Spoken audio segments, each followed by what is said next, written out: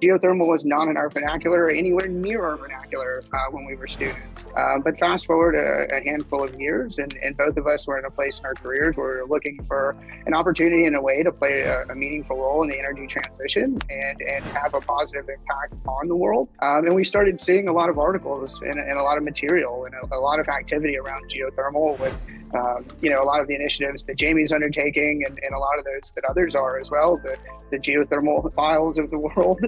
But started reading those articles and learning about what the potential could be. And it really just became a place where skills and our talents, our passions, all really, kind of met with this big opportunity. When I found geothermal energy, it was like, okay, wow, I can drill wells for renewable energy. It was like this, brain explosion moment where I was like, okay, this is it. This is the right place to apply gifts, talents, skills, capabilities with the change in the direction that I wanted to see the world go in. And so one of the things that really differentiates us is our business model of co-locating with high energy consuming facilities and large manufacturing.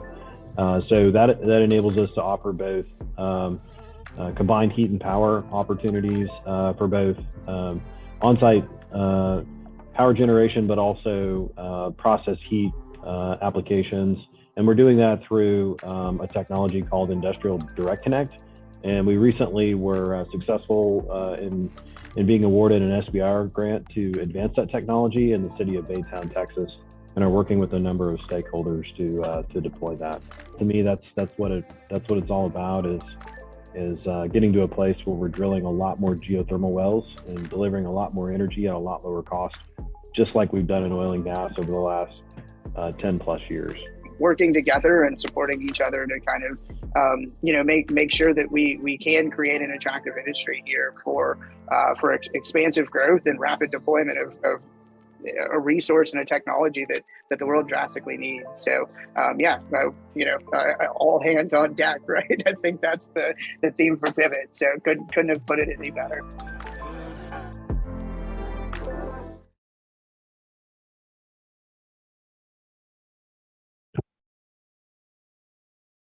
Hello and welcome from wherever you might be joining us from today.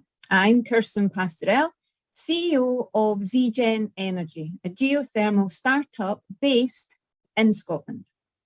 And it's an absolute pleasure to be moderating today's session.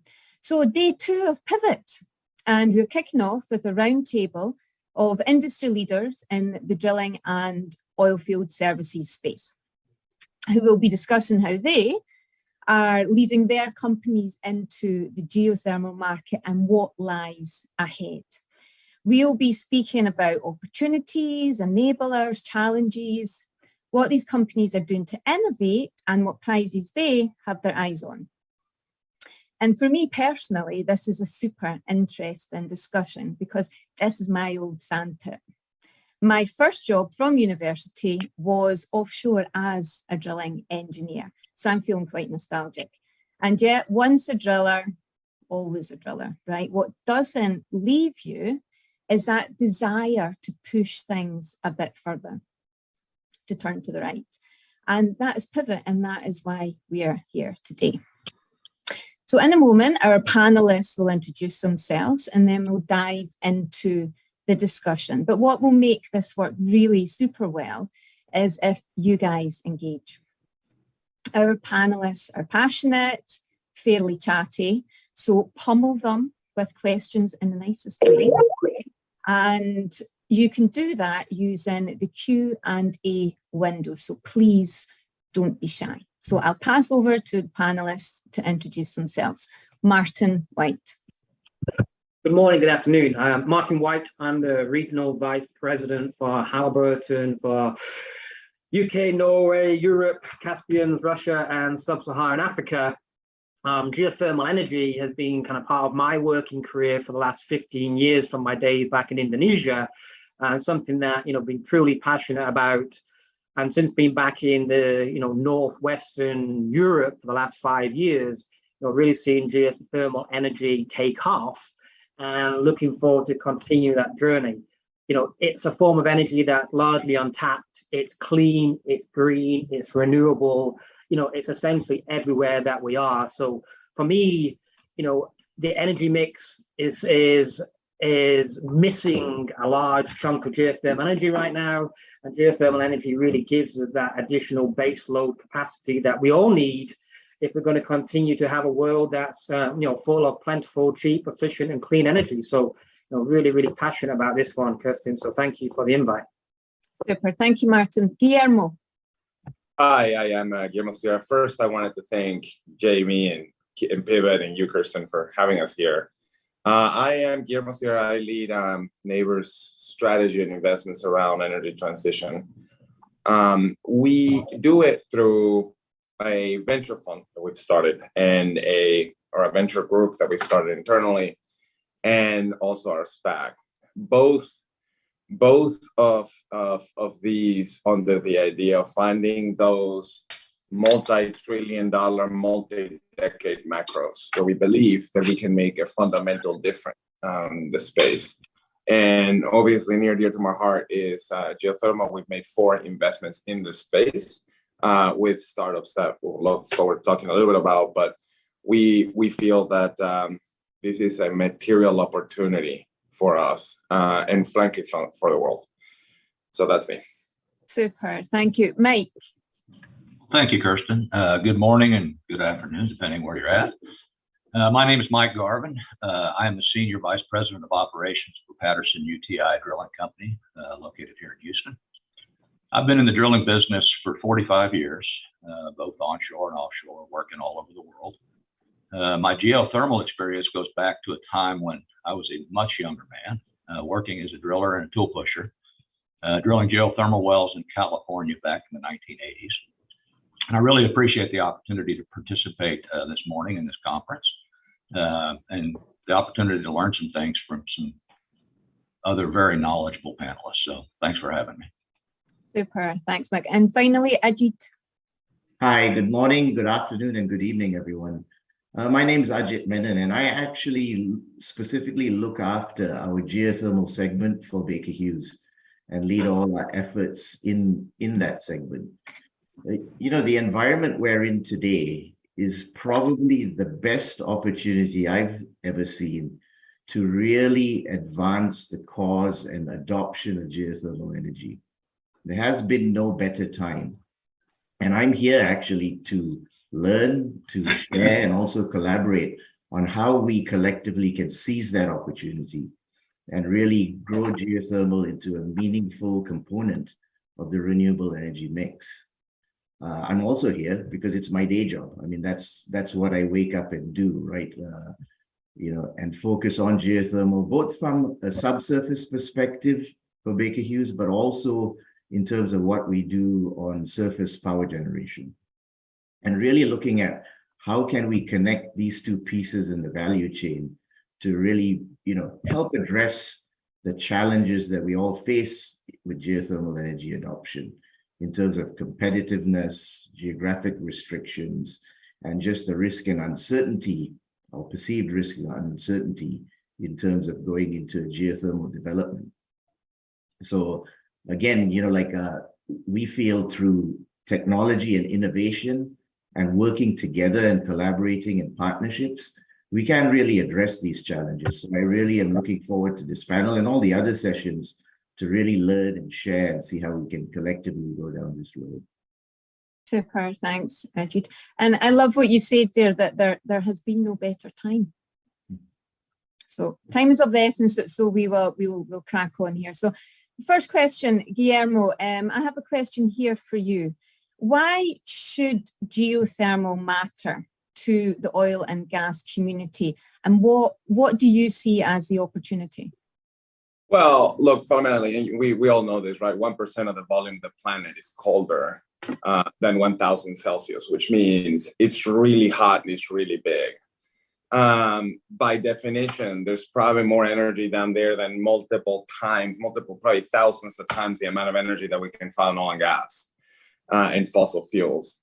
And so what should it matter to the oil and gas industry? I mean, we spent the last 100 years perfecting how to poke a hole and get something out of it. Just by definition, this is exactly what we should be really good at doing. not only from a technology standpoint, from a scaling standpoint, from the fact that we have assets all combined, all companies around combined have assets dedicated to finding something underground and extracting it. This is effectively the same thing, right? So this should be a transformational time for a lot of our companies as we start figuring out how we can actually tap this resource ubiquitously, if that makes sense to you, Kirsten. Super. Now, I think I'll go to Mike next. Now, as you've mentioned, you've been, you were drilling geothermal wells onshore 30 years ago, Mike, yeah? So oil and gas has dabbled in geothermal before, it's fair to say. What will make this time different? Yeah, that's a great question, Kirsten. You know, I believe the geothermal industry has really been a niche market. And like all other businesses, it's been driven primarily by demand and capital investment. And as we all know, it's been around for quite a while. But I think what's different today is both an increased demand for renewable energy, as well as an enthusiasm to invest capital in business. You know, as we all know, what makes geothermal so attractive, as Martin said, it's a true baseload renewable energy source. And one of the applications that we're really excited about is the potential scalability of large-scale direct heat applications. You know, from a decarbonization standpoint, large-scale direct heating is an area we believe has a lot of potential going forward, such as locating geothermal energy adjacent to existing large manufacturing and processing facilities and using that direct heat to replace existing fossil fuel energy sources. We're really excited about seeing some proof of concept there and creating some large-scale, scalable businesses. Yeah, so we're speaking about scale here. Scale's a big factor here. And that brings me quite nicely to the next question I have here that I will direct to Martin. Yeah, so enablers. Why the shift, and where do you see most traction in the market? So I think enablers, as Mike just alluded to them, capital availability in the market, appetite to invest in green energy, renewable energy, I think is key. I mean, probably never been more access to capital for green projects have never been more available than it is right now. So I think that's a huge enabler. I think also high energy prices, they enable alternative sources that may not have been viable at $40 oil to be viable at $100 oil. So we're in that kind of sweet spot where there's capital available. Energy security is front and center on the agenda. You know, nations are looking to stabilize and become energy independent. So I think we're at this real great point in time for geothermal renewables. I think also, you know, we are starting to build a track record. You look at, you know, Northwestern Europe, France, Holland, the Netherlands, Italy, you know, some real viable geothermal projects that have been running now for 2, 3, 5, 10 years. So I think we're starting to build a body of evidence that says it's doable, it's possible. There's capital available in the marketplace for these projects. And we're in an environment where strike price of energy has gone up significantly in the last 12 months. That makes these projects that weren't economic at $40 oil suddenly economic at $100, $110 oil and gas prices. So we really are in that perfect sweet spot right now for, you know, the advancement of green projects and geothermal projects to really add to that base load of electricity. And I think there's a huge amount of interest. You know, one of the things that, you know, we're doing at Halliburton, you know, we have an accelerator called Halliburton Labs, which is purely for, you know, entrepreneurs and startups in the new energy space. You know, and we're looking to help mentor, sponsor those organizations, because we understand that the energy mix is changing. And while oil and gas is still going to be the predominant form of energy for the next 50, 60 years, you know, we will need more wind, we will need more solar, we will need more geothermal energy. So it just seems that we're at a really great spot in time here for geothermal projects. Yeah, it does feel that way. I think that's a common theme from speaking with all of you before the conference. So next, Ajit, I'll come to you. Where does Baker stand on strategy, timeline? How will you resource your geothermal ambitions? So I'll start with the strategy piece. So, when we look at geothermal and we've all heard already the attractiveness, the time is right and all the rest of it. But we also have to remember that geothermal energy, even within the renewable energy mix, is competing with other sources of renewable energy in terms of cost effectiveness, to put it bluntly. And really our strategy is around what can we do as an energy technology company to address what we feel are the main challenges to bring geothermal to that next level, which are risk, upfront risk especially, cost and uncertainty, and how we can leverage technology and innovation to address those components. So for example, when you look at upfront risk, development of better tools, better, software tools in terms of resource assessment to reduce uncertainty, improve your hit rate, and also actually model changes of enthalpy or temperature over time. Then you go into execution, and it's two things really. It's about addressing costs through technology, simple things like being able to do things faster, but also process and the reliability of execution, introducing things like remote operations capability into what you do, which is what we do in oil and gas today. And finally, as I mentioned earlier, because we're involved both in the subsurface and surface, how can we connect those two phases better, to improve, say, material selection on turbines, to better optimize sizing of turbines and how we scale them. And through that, being able to compress the actual timeline of a project, which is quite significant for geothermal, and reduce those risks and make it more cost competitive. So that's where we stand on strategy. In terms of timeline, we have specific long-range plans for all our energy transition segments, and geothermal is no exception. And those span 5 to 10 years, and we have clear milestones along that journey to support what I just said in terms of our strategy to address, making geothermal a more competitive energy source, which I think is good for everyone in the whole industry. The other part of our strategy is we are very aware that we can't do this alone. So partnership, whether that be with startups, whether that be with other companies who play in the value chain, and also our customers, partnerships and collaboration to really help advance this, because no one party knows everything. In terms of how we resource, on the people side, we have a focused geothermal group put together, which I lead. From a technology development perspective, it's the same process that we use for anything. We vet our new technology development, see what value it can actually bring, and it goes through a process and gets, approved that way.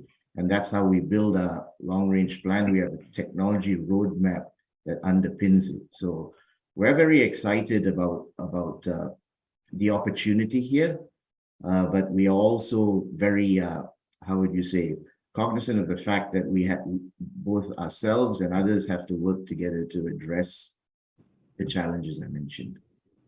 Yeah, I think that's a good message to put out there. Is oil and gas has expertise. It has a lot of the solutions and the drive to drive solutions, but oil and gas isn't geothermal. There are differences, yeah.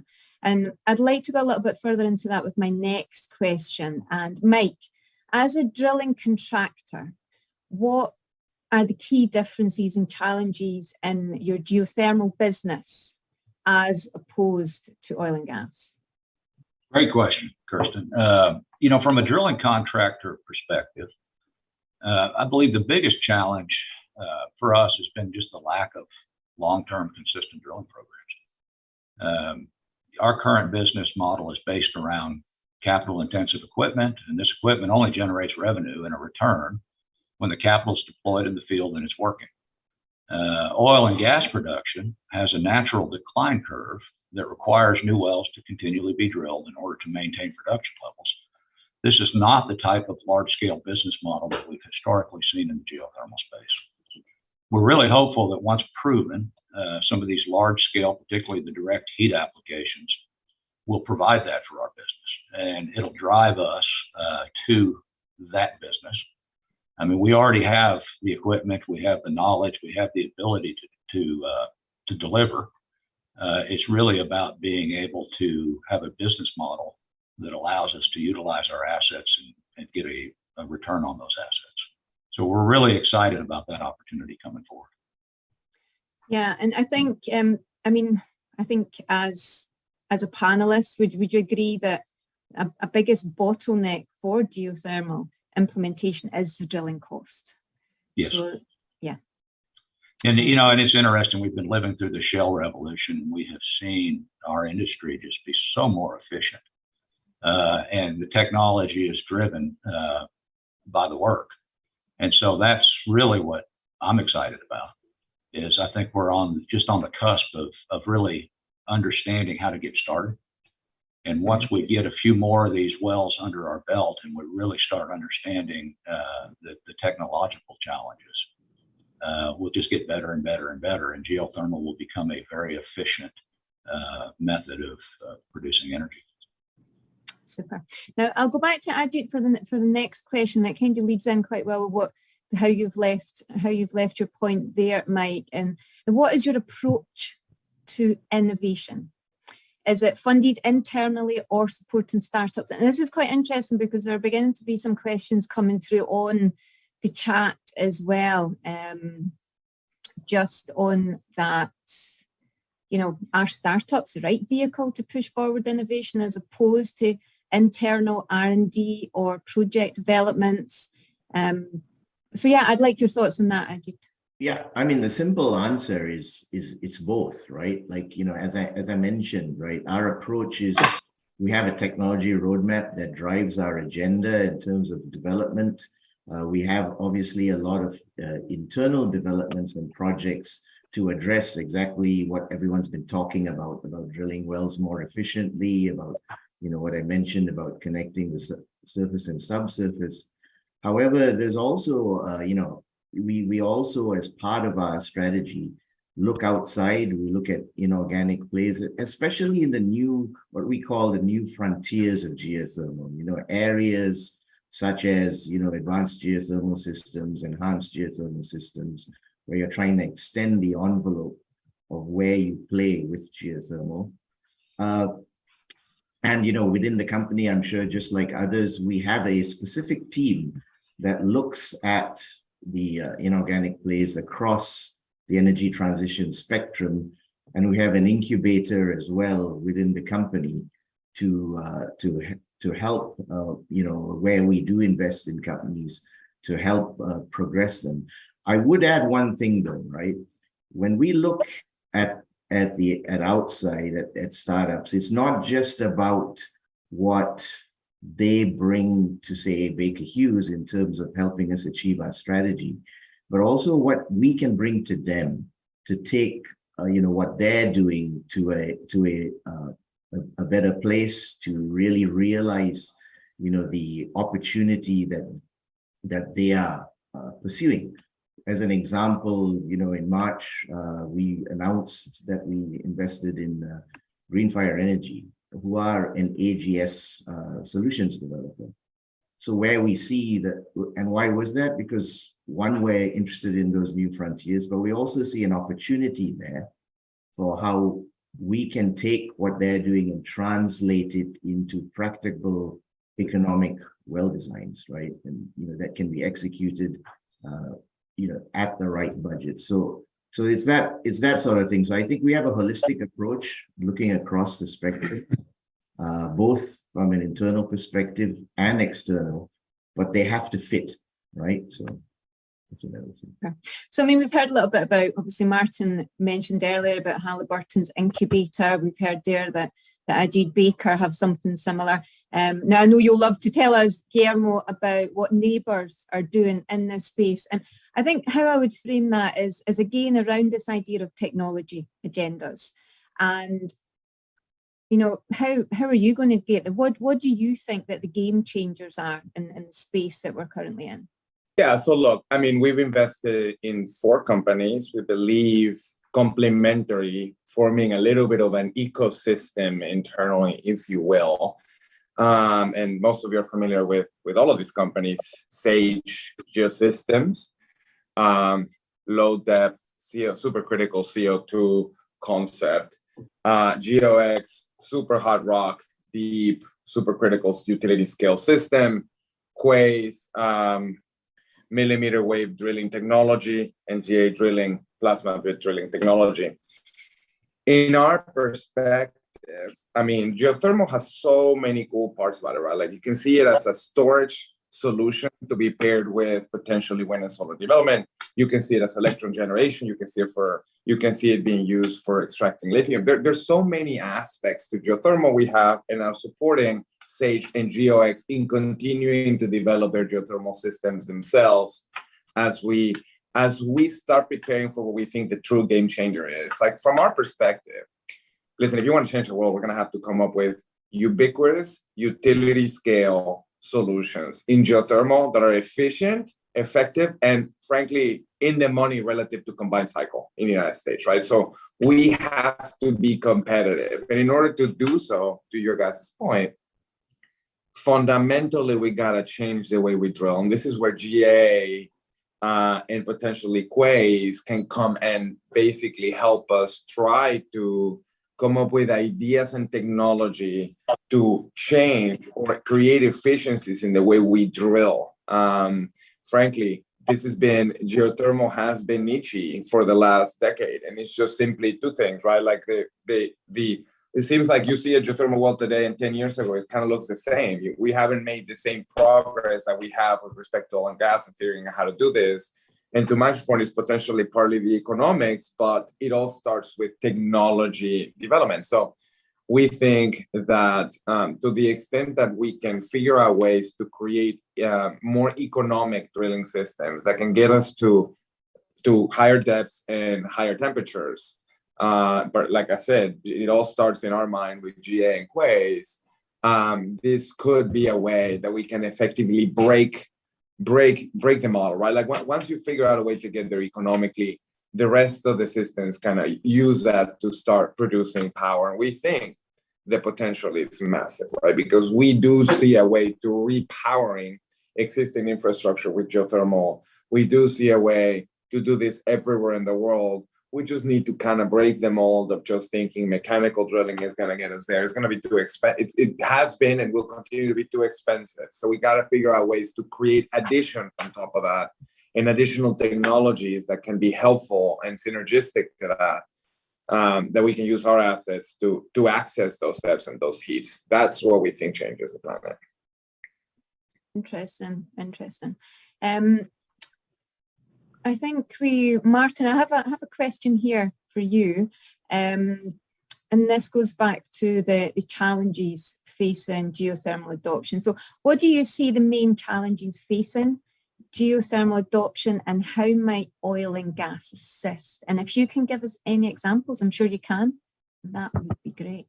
I mean, I think first and foremost, it's a competitive world that we live and work in. And we're in a massive upcycle in the energy business where assets and people are once again a truly scarce resource. So it's a competitive market. So the projects have to compete with oil and gas. So that's a huge challenge for an oil and gas project right now, never mind a geothermal project. So, we have to be cognizant of that, and that's reality. And a lot of what the industry knows is oil and gas, and there will be some bias towards that. So I think the challenge is to maintain this level of advocacy and then find these projects that are as attractive as oil and gas projects in the mix of tenders, in the mix of opportunities for oilfield service providers, for rig contractors, et cetera. So I think there is a significant challenge there, and one that I'm sure everybody on this panel faces every day of, where do I get resources for additional work? And where do I put those resources to work to make the maximum return? So, ultimately, that is the biggest challenge. And these projects have to stand up against the oil and gas projects. So I'm not sure if that answers the question, but the biggest challenge here is just the competition in the marketplace for what's already a limited resource and skill set. Yeah, and it'll be interesting to see how that develops. Geothermal's almost kind of riding off the back of a low oil price, which is obviously, we've turned that corner, right? So it'll be interesting to see the squeeze on resources going forward as well. Martin, I'll stick with you. And now I'm starting to take some questions from the audience. And I have an interesting question here. What do you think is a business model to get this accelerated? Are the service companies willing to share the risk and not just be a vendor like a typical services model that we've enjoyed previously in the oil and gas sector? Well, I won't speak for the industry, but speak for Halliburton. We're not in the business of production risk. So that's not something that our investors would thank us for, is taking production risk, be that oil and gas, be that geothermal. So no, but what we are in the business of is, generating revenue and creating access to energy. So I think one of the things that we are getting more comfortable doing as a company is being that bridge maker between the parties, identifying a project, a potential project, the front-end engineering, and then connecting the right parties together to form a consortium, an alliance that has, investors to invest into it, and then almost hand that off to a energy producer as a finished project. So I think there's a change there, because I think from a risk perspective, if we believe the feasibility studies that we do, there is a long-term energy source there that minimizes the potential production risk versus oil and gas. But I think what we're all getting more comfortable with is being the facilitators of special purpose vehicles, et cetera, to pull in the right parties, including investors, including an end user, be that a energy supplier, if you like. Super. I have another quite interesting question here, and it's Mike. I think this question is for you. Are any of the entities considering oil and gas well reuse, or are we speaking about greenfield development? Is there an element of reuse, co-production? Call it what you will. What are your thoughts on that? I think all of the above. One of the things that gets me excited about geothermal, I've actually am an engineer, is just the whole technical aspect and the multitude of different types of projects, the different types of technologies that can be deployed. Particularly when you start looking at metamorphosis and igneous rocks and things that can be done there that can be quite technologically challenging. So that's all very exciting. I think it will require quite a bit of technological advancement. But I think for us, really focusing more near term on opportunities in sedimentary basins, particularly here in Texas, where we can really leverage the equipment we have, the knowledge we have, the experience we have, and get some pretty quick wins and prove up some concepts pretty quickly. Is really, I think, a good direction going forward.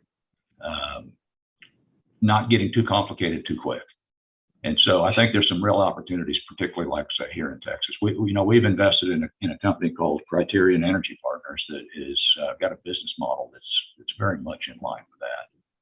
So that's what I'm excited about. I'm excited about getting started, and then in the future looking at some of these more complicated technologies.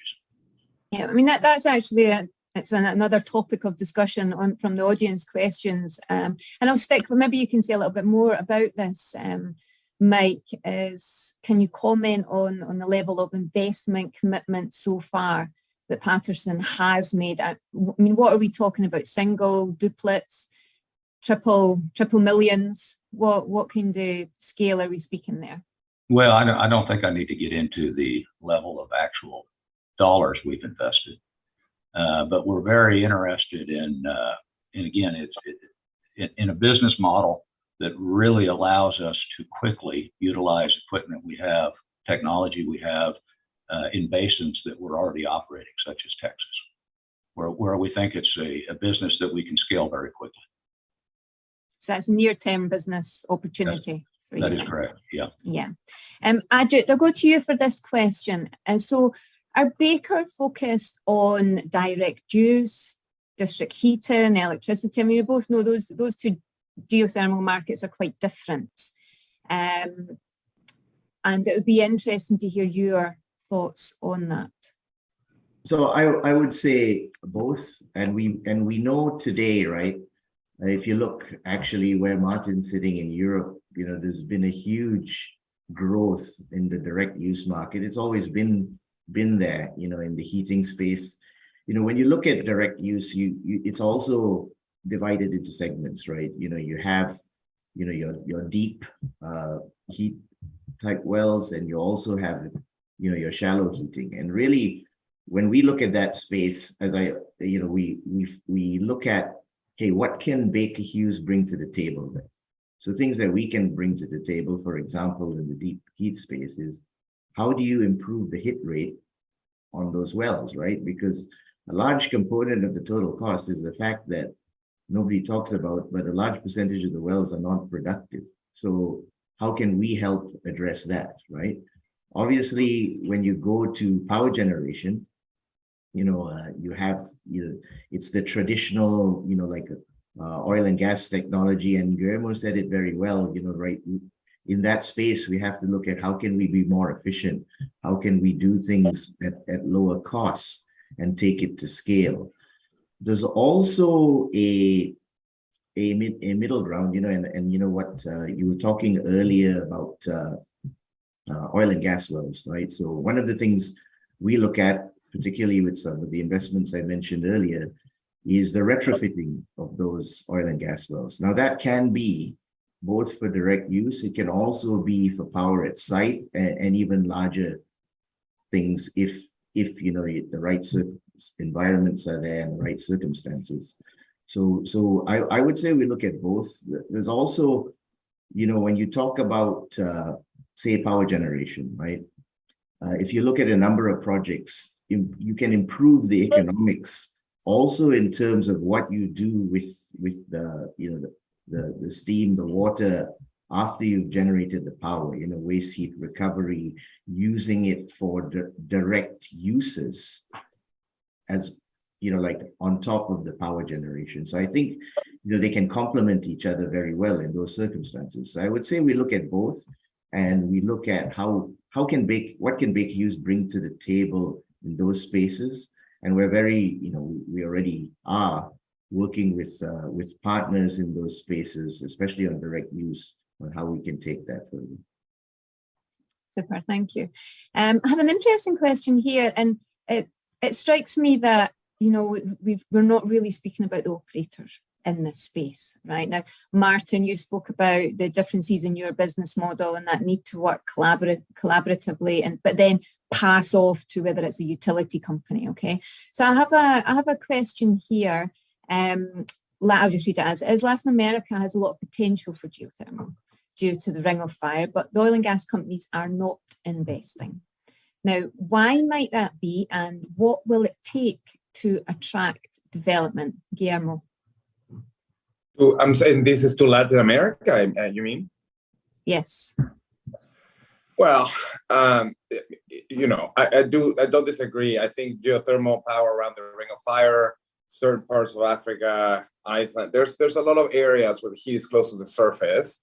And that's, our focus, at least with respect to geothermal, because we separated from our traditional land bringing business, right? Like our business is going to use its assets in the most effective way possible, independent of what we're doing to try to break these technology barriers that are allowing us from developing geothermal where we need to develop geothermal. not just where it's hot close to the surface. Doing it where it's close to the surface, we have done, and humanity does. We do it in the geysers. We do it in places around Indonesia, places around the world today, with what I think of as geothermal 1.0, like conventional geothermal and hydrothermal systems. We are focused on trying to support a set of technology development company startups that we feel can change fundamentally the paradigm and allow the users of power to get it wherever is necessary at economic and competitive terms to natural gas. So the fact that in Latin America, there is, just like in Indonesia, just like in Kenya, just like in other parts of the world, there is significant potential of geothermal. We are not seeing it. Like, this is just not our focus. We're focused, like our rig assets, our assets are utilized in the most effective way possible, kind of independent of what we're doing on technology development. So hopefully one day, companies will come and utilize our assets for drilling geothermal anywhere in the world, not just Latin America, but everywhere. Does that make sense to you, Kirsten? Yeah, I think what the question is probably looking at as well is, where are the operators in this space? And, that's still out there. So I've got another question here. Now, this is from the IADC. This is an interesting one. Mike, I think you're probably best placed to answer this. Does drilling a geothermal well require the same type of rig as an oil well, same rig size, pumps, BOPs, etc., or will we need new equipment? Good question. And I think the answer is it depends. It really does. Yeah. I mean, you look at all the concepts that are out there. Some of them are very transferable to the existing equipment. Some of them require typically some size upgrades. A typical geothermal well has maybe, and I'm speaking for U.S. land. For U.S. land, a typical geothermal well will have typically a little larger and heavier casing sizes, which would require a large rig. Where for shale wells drilled in U.S. land, we've really streamlined the rigs down. So the rigs exist. They're on the larger side for U.S. land. Internationally, there's big rigs all over the place. So yeah, the equipment is very, very transferable. Some of these wells that are being proposed would require some fairly large rigs. Yeah, and I hear what you're saying. It really depends on the complexity and how we continue to push that envelope. Obviously, it has an impact on other parts of the supply chain. Yeah, but that's one thing we really like about the opportunities is the ability to utilize the equipment that we currently have in oil and gas. Yeah, Guillermo? One of the things that you want to say, kind of interesting, right? The transferability actually goes both ways. We hope and expect that as we do utilize some of this technology to get more efficient, better at drilling, broadly, if you will, that is also going to have an effect into traditional energy business, right? So we really like the fact that it kind of goes both ways. We were creating efficiency. Look at GA's GA drilling technologies, businesses, systems, and technology, some that can start being applied with respect to our fleet broadly, not just for geothermal. It's actually very interesting for us too. Sorry, just figured it made sense there. Super. Martin, I have a question here for you, and I know this is something that we spoke about in preparation for the conference. Is that financing model? Geothermal is competing with oil and energy for financing, and that capex front end impedes returns. So will a different finance model help? What are your views on how what needs to be done there? Well, I mean, I think again, you got to prove, and I said earlier that it was proven, but you really have to prove the capabilities of geothermal power in places where it's not existent today, right? So there's always going to be that leap of faith that somebody has to be first and do the exploration and prove the economic model. And I think there's going to have to be, and there is certainly across Europe, subsidies, funding available for geothermal projects, that people can access. I think the rest of it is, money will be invested where money can make a return. And, to the point of the panel members earlier, this has to be economic, it has to be efficient, and the economic models and the hurdle rates have to be such that a project is put on the table in front of potential investors who find it attractive. Now, we said earlier, there is a large pool of money to be available to be invested in green projects that may have slightly lower hurdle rates than money that would be invested in oil and gas projects. So I think it's working on the economic model to show there is a return of X, and then identifying the funds and the money who's prepared to accept that type of return for that project. So I think there's a lot of work to do to connect projects with money. And I think there's a lot of work to do to, socialize with governments to really leverage subsidies, grants, et cetera, et cetera. The EU do that fairly well. The UK, for example, don't do it very well right now. But around the world, there is money. But again, the projects will have to create value for the investors. And for some of the green energy funds, value is the production of green energy in a more sustainable fashion than oil and gas. So I think the money's there. I think it's just linking projects to money. And there's a part of this which is also about, sorry, Ajit, did you want to? Yeah, I just wanted to add, the other thing we have to bear in mind is geothermal energy is also competing with other renewables. And, and that's where, the risk and uncertainty, the upfront piece of investment is a challenge. And that's why, part of our focus is on better resource assessment, giving more confidence to investors to come in early. Because one of the big challenges we see in geothermal is that chicken and egg situation where they want to see the resource proven before they're actually willing to invest. In fact, you look at a lot of projects, they want to see 80% of the steam production before the banks and the financiers will come in. So how can we change that paradigm, right? So, and we're looking at it from where we can play, which is technology. This is a popular topic, Guillermo. Yeah, I just want to say, look, I completely agree with Ajit, right? Like fundamentally, a lot of these companies, you cannot really model thoughtfully what you think the future, their business model will be, their ROS will be. Like, we gotta figure it out first. Now, we understand that there's enough alpha here that almost no matter what, to the extent that the systems work, will be deeply in the money either way.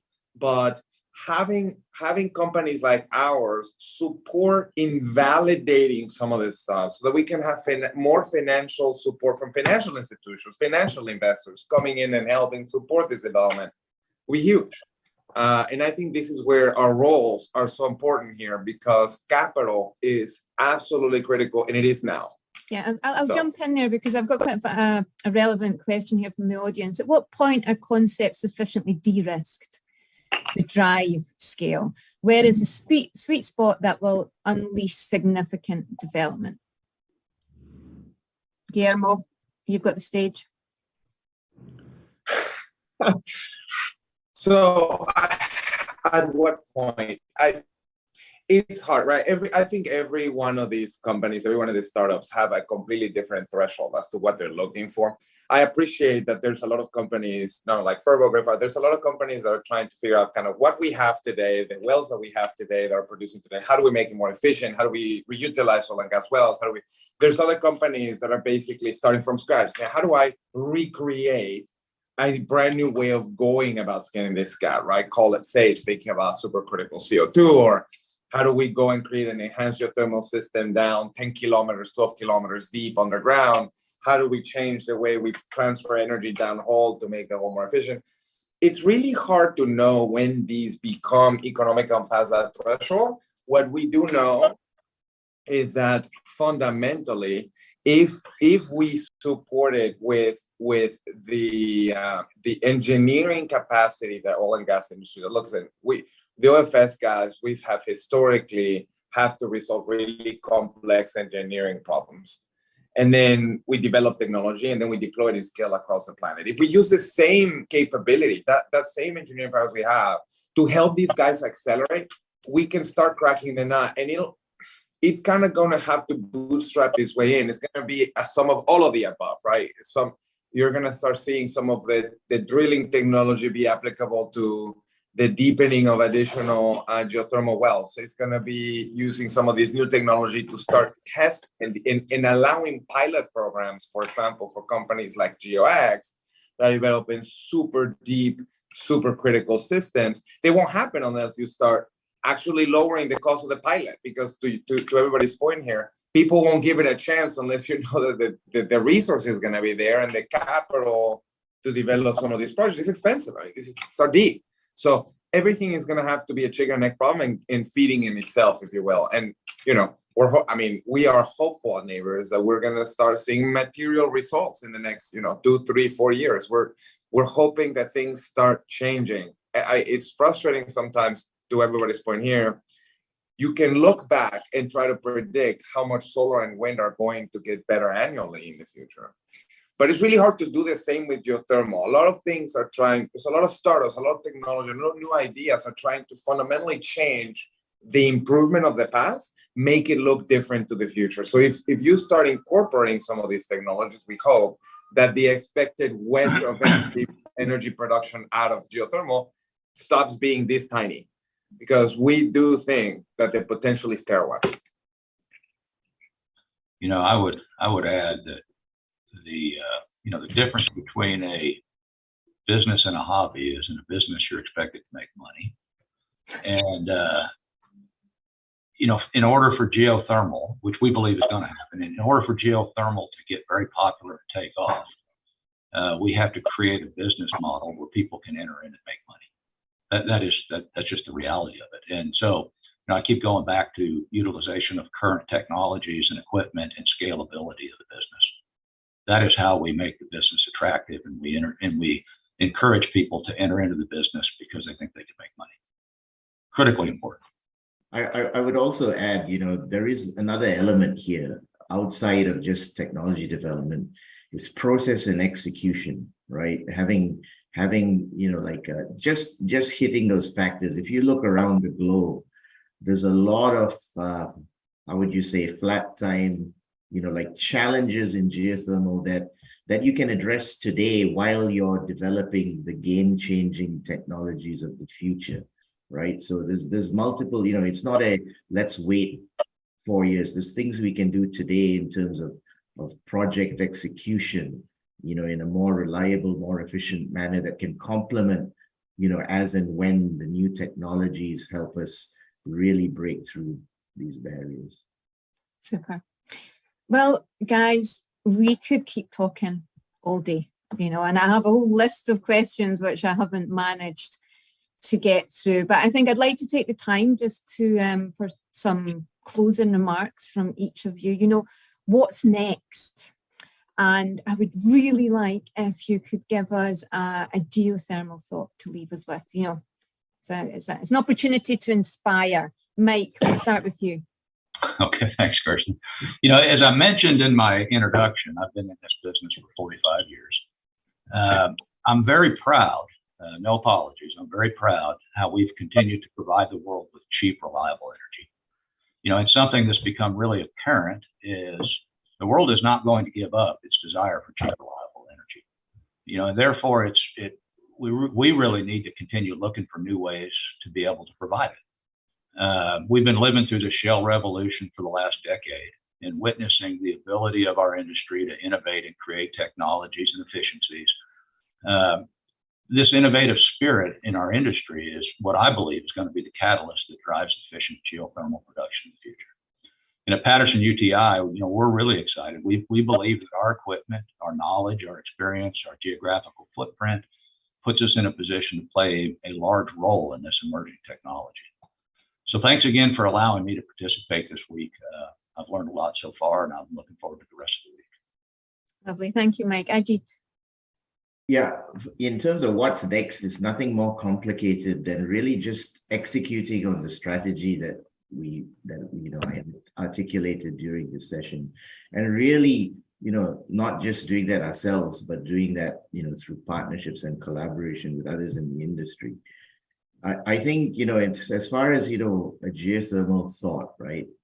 The unfortunate events of the last 6 months have made all of us acutely aware of the huge demand for cleaner, affordable, and also more reliable sources of energy, right? And when I talk about reliability, that's both intermittency, as we've seen, like challenges in the renewable space with other renewables, but also security of supply.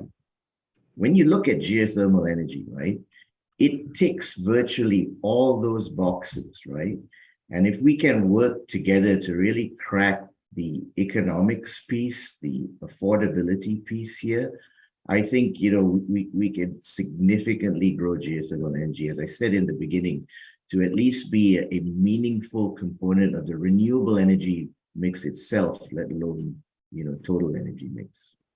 Super. Thank you, Ajit. Martin? Yeah, first of all, thanks for the opportunity. Really enjoyable to listen to the panelists. I think for me then, the geothermal comment is, it's clean, it's green, and when the rig's not there, it's virtually unseen. It's fantastic. It should be part of new housing developments, new town developments. It should be built into the fabric of the environment as we go forward. And I think if you do that, you build it into a large project, it becomes a small cost, but lots of big benefits going forward for the, for the environment, for the population, for all of society. So clean, green, and virtually unseen. Love it. Guillermo, finally. We are sitting 10 kilometers-ish above terawatts of power. Just go get it. Just that's it. Yeah. It's time. Love it.